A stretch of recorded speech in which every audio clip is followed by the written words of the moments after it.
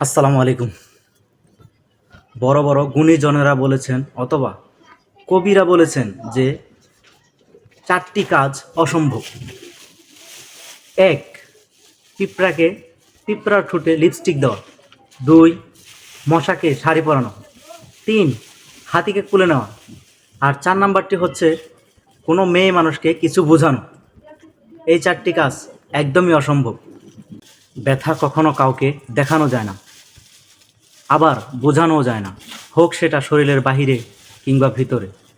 যার ব্যথা সেই বুঝে তার কতটা যন্ত্রণা। মনে রাখবেন, জীবনে আপনি যদি বারবার আঘাত পেতে থাকেন তাহলে নিজেকে দোষী ভাববেন না, নিজেকে অপরাধীও ভাববেন না।